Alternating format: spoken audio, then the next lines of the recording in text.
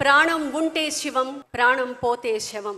ఆ ప్రాణం విలువ తెలిసిన మనిషి ఆయన. అందుకే తన ప్రాణాలను పణంగా పెట్టి ఎదుటి వ్యక్తి ప్రాణాలని కాపాడుతున్నాడు.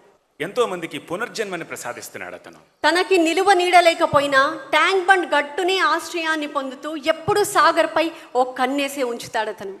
Tank bund Shiva always on duty. ప్రాణానికి ప్రాణం అడ్డు పెట్టగలడు, కొన ఊపిరికి 100 ఏళ్ల ఆయుష్ పోయగలడు. అతనే ట్యాంక్ బండ్ శివ. సాగర్ అంటే మురికి అంత దీంట్లోనే ఉంటుంది. అంటే ఒక్కరు వచ్చి సూసైడ్ చేసుకున్నా గానీ మీరు చూసి ప్రాణాలు కాపాడినవి కూడా చాలా ఉన్నాయి. అండ్ కొన్ని డెడ్ బాడీస్ కూడా తీయడం జరిగింది. ఇప్పుడు ఒక రైతు ఓ పంట పండిస్తాడు, ఎంతో ఆశతోటి పండిస్తాడు. ఈ పంటతోటి నేను బయటపడతాను పండిస్తాడు. అంతా చేతికి వచ్చిన తర్వాత చేయి జారి నేలపాలైతే ఆ రైతు కష్టపడతాడా, సంతోషపడతాడా? కష్టపడతాడు. తను నేను దెబ్బతిన్నా అని చేయకుండా ఉంటాడా, చేసి చూపిస్తాడా? మళ్ళా చేసి చూపెడతాడు. నా లైఫ్ కూడా అదే అన్న. ఈ శివకి ఏదో చేయాలని లోపల తప్పన అంటే అన్న ఇలాంటి ఇన్సిడెంట్స్ చాలా మీరు చూస్తున్నారు. ఇప్పటికీ దాదాపు 1000 సంఖ్యలో తీసి ఉండొచ్చు కదా. అంటే ఒక్కొక్క దాని గురించి తెలుసుకుంటున్న కొద్ది మీకు ఏమనిపిస్తుంటది అన్న? ఇప్పుడు సార్ నేను నా సర్వీస్ ఇప్పుడు 25 సంవత్సరాలు చేస్తున్నాను. నేనే పట్టడు అన్నం కోసం నేను ఈ పని చేస్తున్నానా, లేకపోతే ఇదే నా వృత్యా, లేదంటే భగవంతుడు నాకు ఈ పనుల కోసం మేము పుట్టించిందా? నా ప్రయాణం ఇంకా ఎన్నాళ్ళు ఉంది, ఎన్నాళ్ళు చేయాలని నాకు లోపల తడపడం బాధ అనిపిస్తుంది.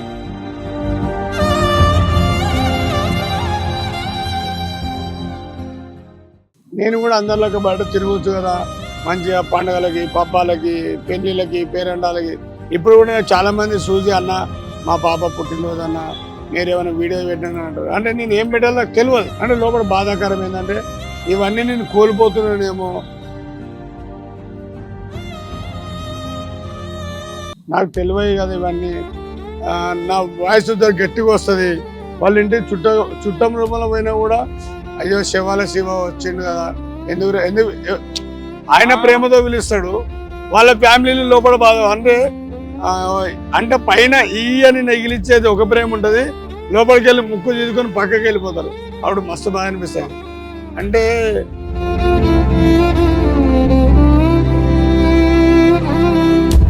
మంచికి అన్న నేనేం పాపం చేసిన అన్న, నేను చేస్తే మంచి పని కదా. అంటే ఒక శవాలు తీస్తే నలుగురు తిరగడం తప్ప?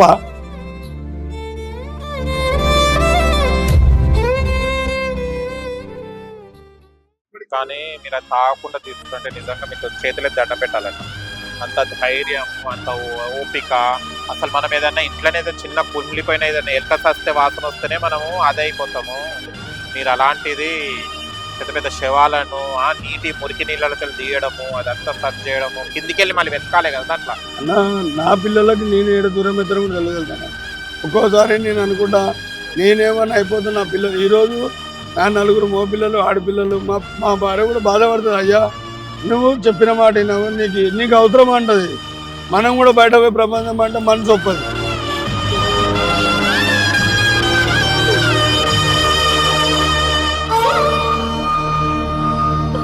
తల్లిదండ్రులు ఎంతో ప్రేమతోటి చదువుకో అమ్మా అని వదిలితే ఈ మూర్ఖులు ట్రాప్ చేయడం అమ్మాయిలని వాళ్ళ అవసరాలకి.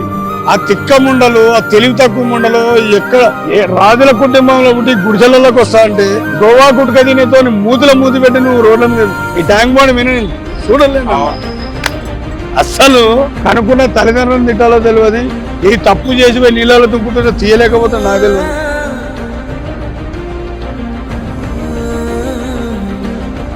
ఎప్పుడైనా ఈ బాడీ తీసినప్పుడు ఇన్ఫెక్షన్ కానీ అలా ఏమైనా అయినాయన్న మీకు? ఒకసారి అయిందన్న, నేను నీళ్ళలో పడ్డప్పుడు అమ్మాయిని కాపాడి దుంకిండి నీళ్ళలో.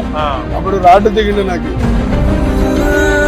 ఈ నిలబాటు ఏమైందంటే మాంసం అంటే గోర్లు ఇరుక్కుంటాయి. అందరూ అంటారు శివ అంటే తీసుకో. నాకు తెలియదు. నా భార్య చిన్నది, ఏం తెలియదు. రోడ్డు మీద నా కోసం ఇంత దూరం వచ్చింది, తల్లిదండ్రులకు ఇంత దూరం వచ్చింది. చచ్చిపోతే తెలియక అసలు జాగ్రత్తలు తీసుకోవాలి కదా. జాగ్రత్త అంటే చేయాలని లోపల తప్పు, కానీ బయటికి ఇచ్చిపెట్టి పోలేను. అడగాలంటే రాదు, చెప్పాలి.